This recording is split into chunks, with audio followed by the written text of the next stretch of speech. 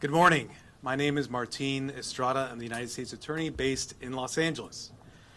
We're here today with our law enforcement partners to announce federal criminal charges related to the death of the actor Matthew Perry. Following Mr. Perry's death in October of last year, law enforcement, my office, and our partners represented on this stage began an in-depth, wide-ranging investigation. That investigation has revealed a broad, underground criminal network responsible for distributing large quantities of ketamine to Mr. Perry and others. This network included a live-in assistant, various go-betweens, 2 medical doctors, and a major source of drug supply known as, quote, the ketamine queen. We charged 5 defendants in this matter. These defendants took advantage of Mr. Perry's addiction issues to enrich themselves. They knew what they were doing was wrong. They knew what they were doing was risking great danger to Mr. Perry, but they did it anyways. In the end, these defendants were more interested in profiting off Mr. Perry than caring for his well-being. I'm going to talk about the indictment, the allegations, and the charges in more detail. On October 28, 2023, Mr. Perry was found deceased in his home. An autopsy was conducted following his death. That autopsy showed that he had died due to the acute effects of ketamine. Ketamine is a controlled substance. It has some legitimate uses, but it is also used illegally. It is used by people seeking to disassociate from reality. It can cause serious health effects, serious health problems, including loss of consciousness, including spikes in blood pressure, and including respiratory issues that can deprive the brain of oxygen. For that reason, it is a drug that must be administered by medical professionals, and the patient must be monitored closely. That did not occur here. This investigation focused on who supplied the ketamine to Mr. Perry. As many of you know, Mr. Perry struggled with addiction in the past. And on many occasions, he sought help for his addiction issues. The investigation revealed that in the fall of 2023, Mr. Perry fell back into addiction, and these defendants took advantage to profit for themselves. The 2 lead defendants in this case are defendants Salvador Plasencia and defendant Jasvin Sanya.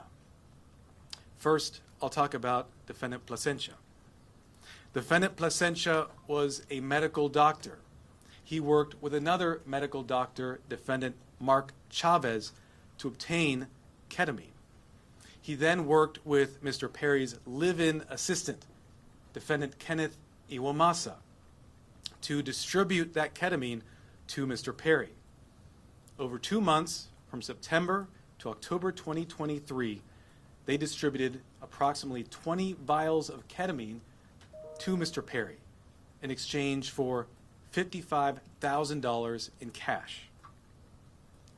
Defendant Plasencia saw this as an opportunity to profit off of Mr. Perry.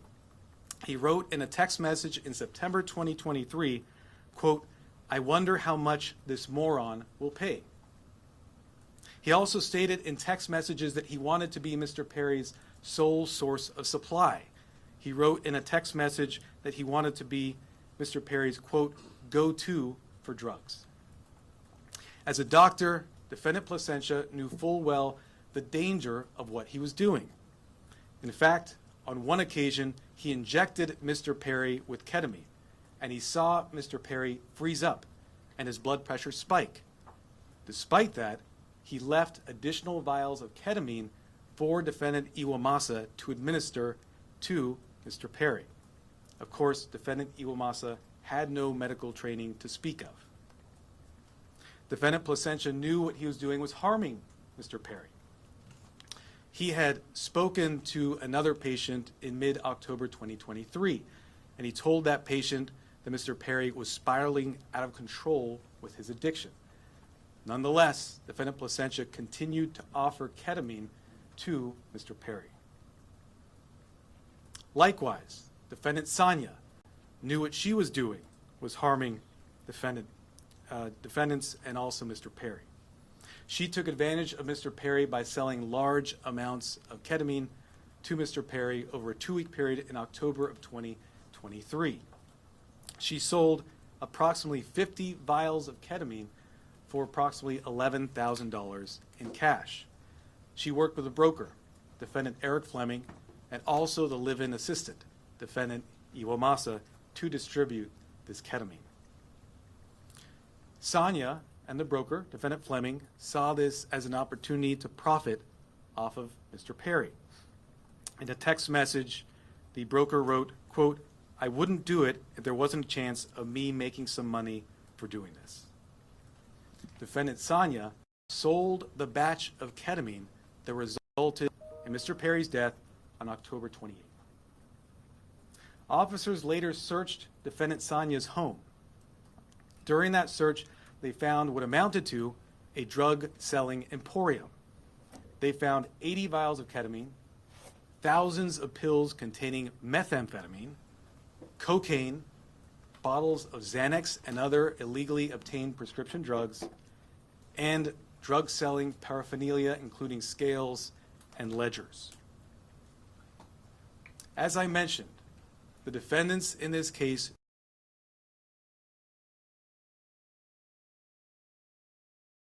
they refer to it using terms such as, quote, Dr. Pepper, or quote, bots, or quote, cans.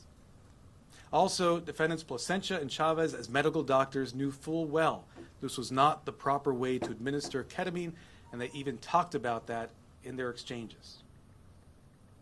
And defendant Sonia also knew that she was doing something that caused great risk to Mr. Perry. In fact, during this investigation, we learned that several years before, in 2019, defendant Sonia had sold ketamine to another customer.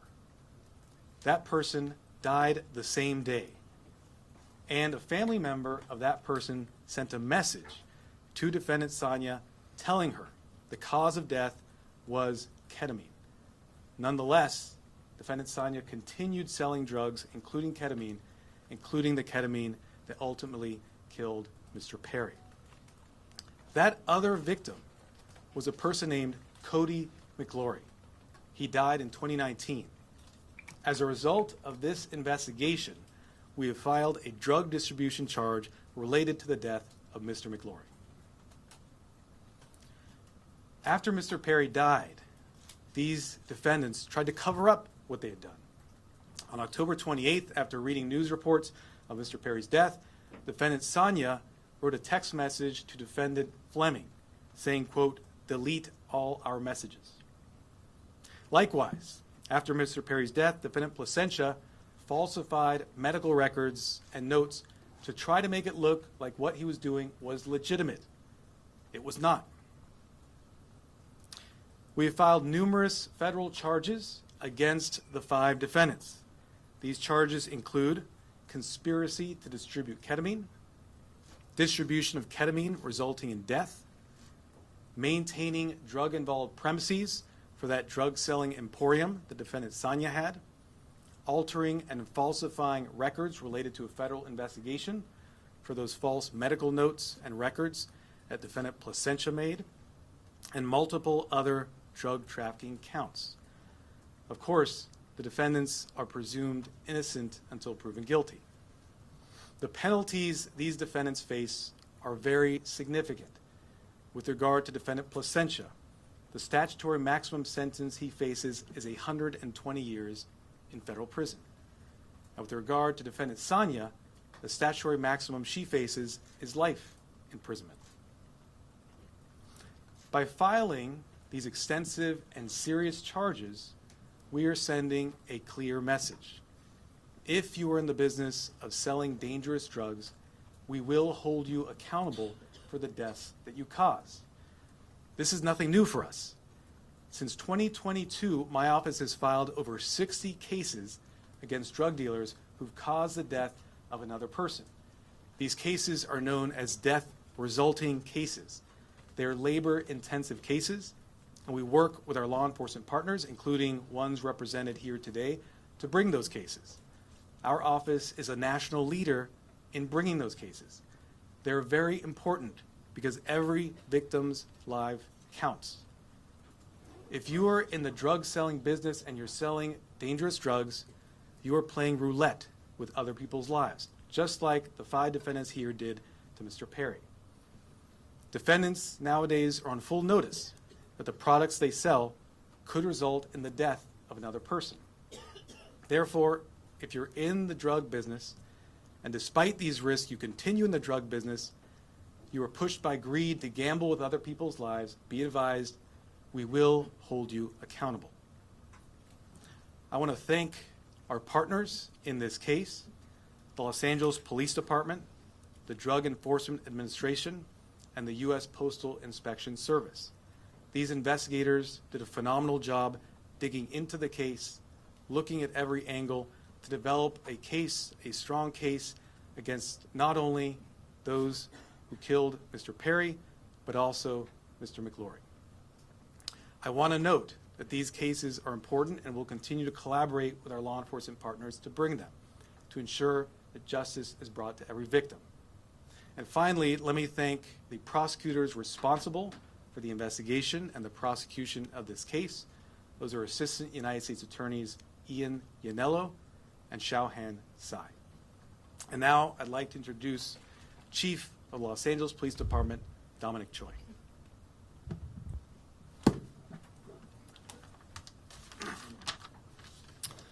All right, good morning, and thank you, Martine. You know, while it's tragedy that brings us all here together, I'm happy to stand here knowing that these dangerous individuals are no longer on the streets and they won't be able to harm anyone else. The Los Angeles Police Department and our partners here today, we're committed to investigating all cases like this, and it's regardless of someone's background or socioeconomic status.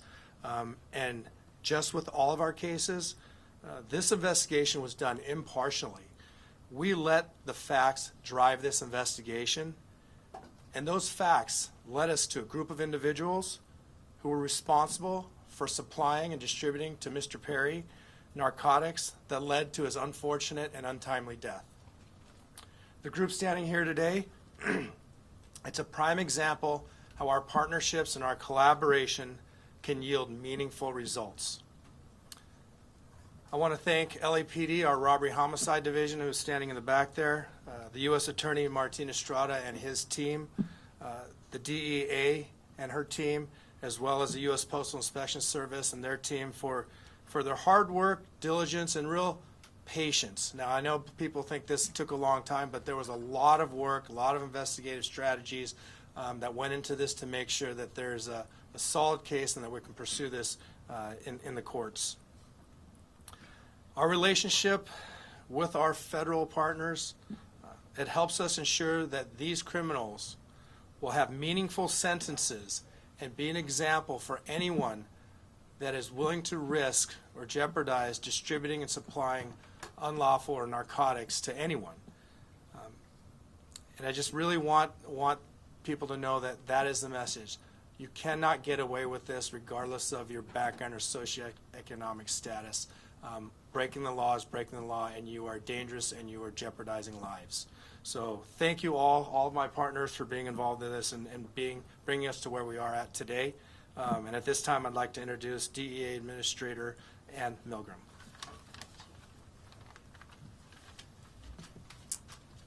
Good morning.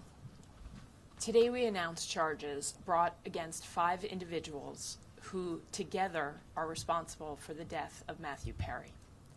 Each of the defendants played a key role in his death. They falsely prescribed, sold, or injected the ketamine that caused Matthew Perry's tragic death. In the United States, most forms of ketamine are only approved by the Food and Drug Administration for anesthesia. A nasal spray version is approved for treatment of depression, but only in a certified medical setting. Here, Matthew Perry sought treatment for depression and anxiety and went to a local clinic where he became addicted to intravenous ketamine. When clinic doctors refused to increase his dosage, he turned to unscrupulous doctors who saw Perry as a way to make quick money. Dr. Plasencia and Dr. Chavez violated the oath they took to care for their patients. Instead of do no harm, they did harm so that they could make more money. Without performing any medical evaluation or monitoring, they supplied Matthew Perry with large amounts of ketamine in exchange for large sums of money, charging Perry $2,000 for a vial that cost Dr. Chavez approximately $12. As Matthew Perry's ketamine addiction grew, he wanted more, and he wanted it faster and cheaper. That is how he ended up buying from street dealers who sold the ketamine that ultimately led to his death. In doing so, he followed the arc that we have tragically seen with many others, whose substance use disorder begins in a doctor's office and ends in the street. Perry turned to his street dealer, Eric Fleming, who sourced his ketamine from a drug trafficker known as the Ketamine Queen, Jasveen Sangha. The ketamine supplied by Sangha would ultimately be the dose that took Matthew Perry's life. Sangha knew that the ketamine she supplied could be deadly, since in 2019 she had sold ketamine to Cody McLaury, who died at the age of 33. But despite this knowledge, she continued to sell ketamine and methamphetamine throughout Los Angeles. Matthew Perry's journey began with unscrupulous doctors who abused their position of trust because they saw him as a payday, and it ended with street dealers who sold him ketamine in unmarked vials. The desperation that led Perry to these individuals was not met with help, as it should have been from the doctors, but instead it was met with exploitation. Exploitation by those who should have guided him toward help. This betrayal of trust is at the heart of this tragedy. Since 2023, DEA has investigated nearly 500 drug poisoning and overdose cases just like Matthew Perry's. We run a national initiative known as OD Justice, where we work with our state and local law enforcement partners to conduct investigations after someone has passed away. And it is important to note that the national model we today have in every 50 state across the United States is based on the work that started here in Los Angeles. We began this work with our partners in the Los Angeles Police Department and with other local police departments and sheriff's offices in California, in the Los Angeles area, and with the U.S. Attorney's Office. And today it stands as our national model for this critical work. Together, as part of OD Justice, we work to bring justice for the lives that have been lost and to stop others from dying. Regardless of the size or scope of a drug distribution network, the DEA will work nonstop to uncover and disrupt this illegal activity, and in this case, the deadly activity. I want to close by noting that Matthew Perry's death is not just a tragic overdose. After his 2020 book openly discussed his struggles with substance use disorder, Matthew Perry told podcast host Tom Power that he would prefer to be remembered for helping people rather than for his work on Friends as Chandler Bing. And so perhaps what has happened and the tragic details that we are discussing today can help others and save lives. I want to thank the Los Angeles Police Department, the United States Postal Inspection Service, and the United States Attorney's Office in the Central District of California for their tremendous partnership and their outstanding dedication to this case. I also have the privilege of serving every single day with the men and women of the DEA, and today I want to particularly recognize the outstanding work of our Los Angeles Field Division, as well as our diversion investigators who tirelessly worked on this case to bring justice to the victims and the families. Thank you. It's now my privilege to introduce Postal Inspector Shields.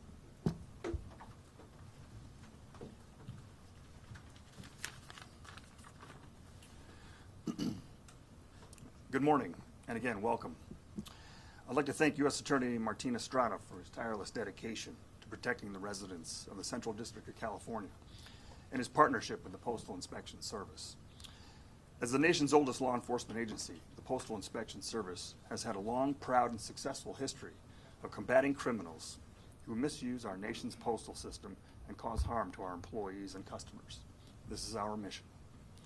In this case, our agency, in partnership with the Los Angeles Police Department, the Los Angeles Drug Enforcement Administration, and the U.S. Attorney's Office, worked to seize, search, and analyze evidence that has culminated in arrests and a dismantling of the group that is responsible for providing the ketamine and the reported contributed to the death of Matthew Perry. In this case, these individuals knowingly and willfully distributed ketamine to Mr. Perry as he struggled to overcome addiction, which ultimately led to Mr. Perry's tragic demise. Unfortunately, every day in this country, families are grieving for their loved ones lost to drug overdoses. We want these families and the American public to know that the Postal Service will not be an unwitting accomplice to anyone using the U.S. mail to distribute illegal drugs or drug paraphernalia. The Inspection Service continues to work tirelessly to rid the mail of illicit drugs, fight drug trafficking and the associated violence, preserve the integrity of the mail, and most importantly, provide a safe environment to postal employees, customers, and the American public. The Postal Inspection Service is turning the tide against drug dealers. Detecting and stopping their shipments is only the beginning. Tracing illegal drugs back to the source and shutting them down is the ultimate mission. Once again, a tremendous thank you to our partners in federal and state and local law enforcement, as well as the U.S. Attorney's Office, for their continued collaboration and hard work in support of this mission. Thank you.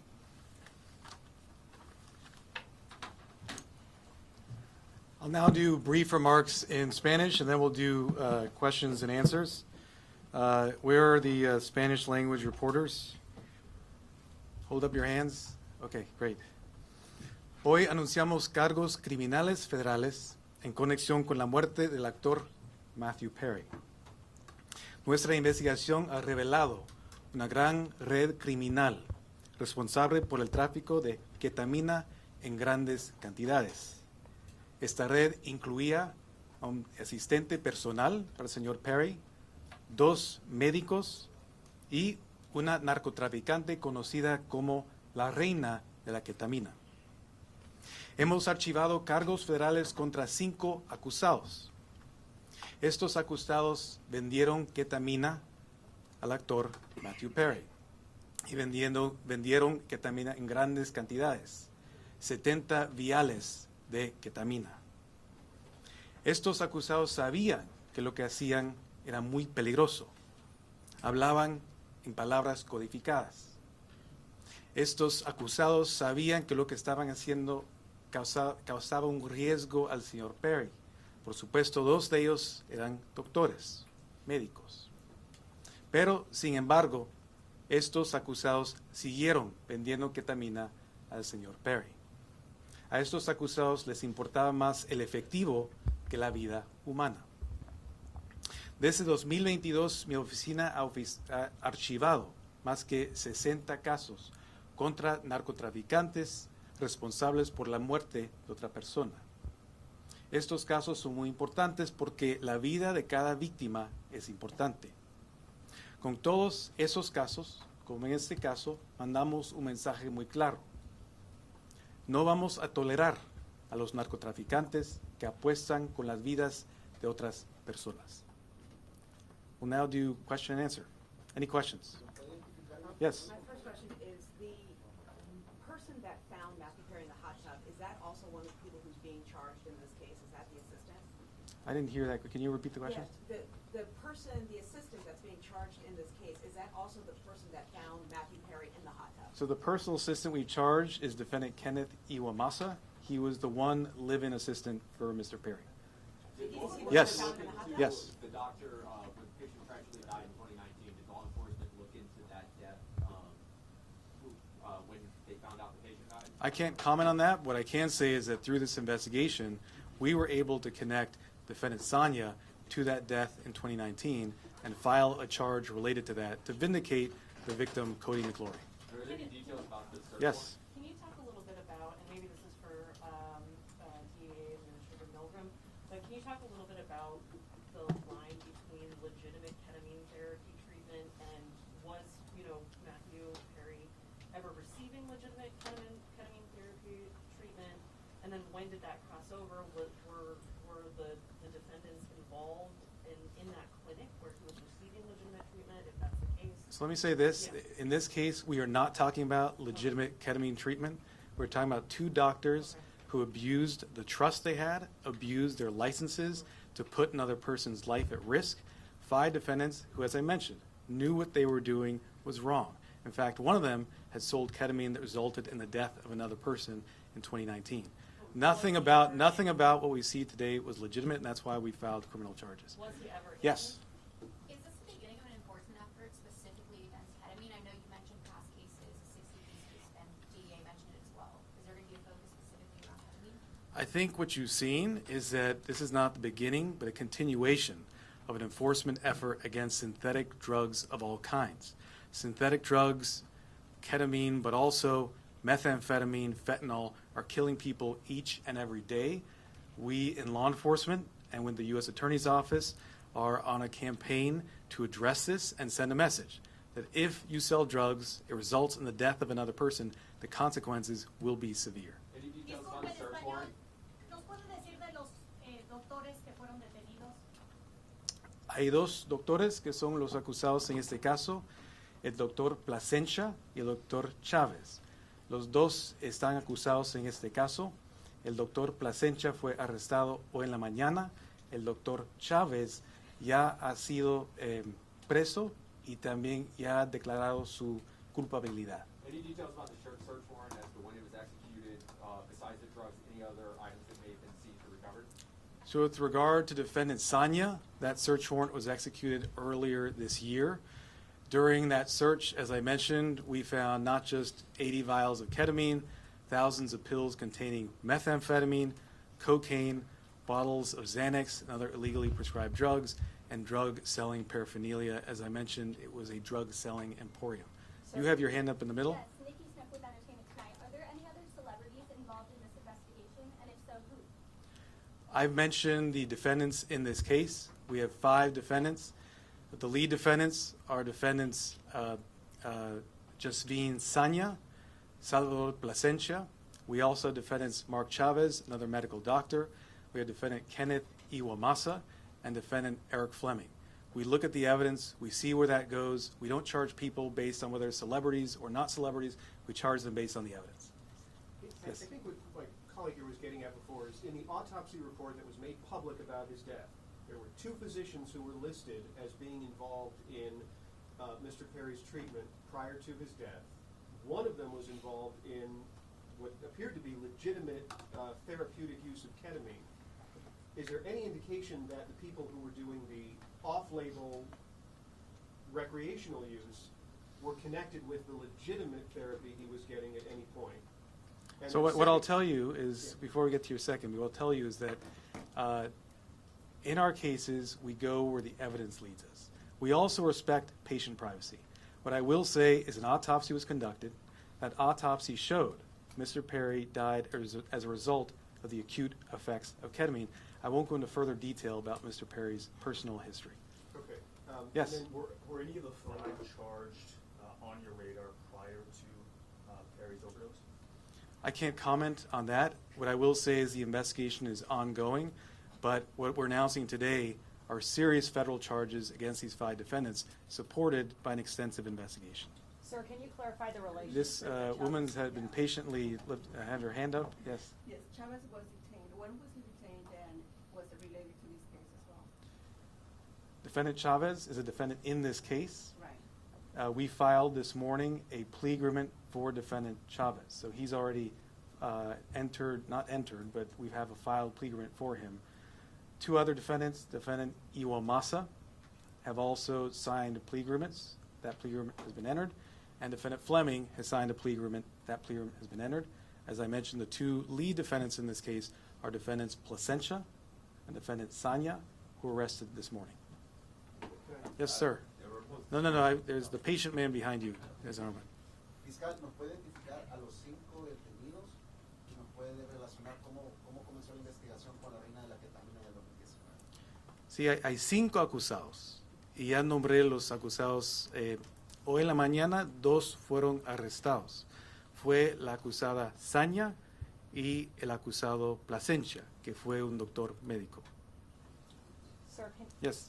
Yeah, there were reports this morning that the investigation could have uncovered other Hollywood celebrities who may have been buying from this same network. Is that accurate? Can you give us any sense of the customers that they were dealing with? So I can't comment on reports that are out there, their accuracy or inaccuracy. What I can tell you are the facts that we developed through our investigation.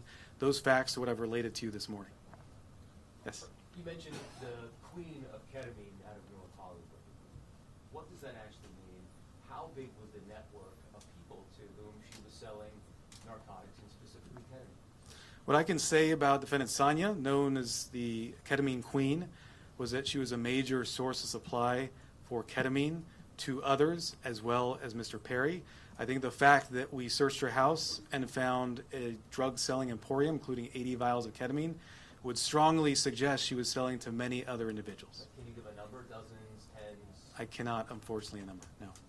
Any evidence as far as this has gone You, outside let me, the gentleman there in the back. Extra TV, what has been Matthew's parents or family's reaction to the news coming out today? So I won't comment on specific statements made by victims' families. We value confidentiality. What I will say is that the work of our office is victim-driven. We work with victims, including their families, each and every day, not just on this case, but on all our cases, including the over 60 death-resulting cases I mentioned earlier. We have been in communication, and I will leave it at that. Yes? Hello, sir. Were all the defendants American citizens, and where were they sourcing their drugs? What I can say is that all the defendants, actually I can't comment on citizenship at this time. I can't comment on the sourcing either. I've given you the facts in terms of the drug selling. Yes, sir. With regard to the death of Mr. McClure, the other victim, you see that his death is also a ketamine overdose. Did that investigation into his death link the investigation with Perry, or was it only after the death of Perry that you realized the link with Mr. McClure's death? Sure. It was through the investigation in this case, as the investigators did a thorough job, followed every lead, pulled every string to see what had occurred. They learned about the extent of defendant Saña's criminal conduct and learned about the sale in 2019. And because of that investigation, we have filed a charge related to the death of victim McClure. And that's important because we want to vindicate all victims who suffered these types of tragedies. Quick follow-up. I'll do 2 more questions. Quick follow-up. Do you have any reason to believe that the so-called queen of ketamine is linked to any more deaths? Are there any more investigations into any more possible deaths she could be linked to? I think, as I've mentioned, we've linked her to sales of ketamine, which resulted in at least 2 deaths. We searched her home. We found a drug-selling emporium. I can't comment. I can't speculate on things such as what you're suggesting. I will say, in this case, she is facing very significant federal charges, including a charge that carries a 10-year mandatory minimum sentence. Yes, sir. Were these 5 continuing to sell ketamine or other drugs after Perry's death? I can't comment on that in terms of where they were selling. No, but in terms of afterwards, were they what I still- can say is that we searched the home of one of the defendants following Mr. Perry's death. She had 80 vials of ketamine, thousands of pills of methamphetamine, cocaine, bottles of Xanax. Thank you very much. Appreciate it. can you just clarify the relation, really? Did the doctors work with the street dealers specifically, or was that a separate sale of ketamine, or were they connected to the... So last question, because you've been so patient. We charge a conspiracy here. The conspiracy is against all 5 defendants for selling ketamine to Mr. Perry. Thank you so much. All right, thank you, ladies and gentlemen.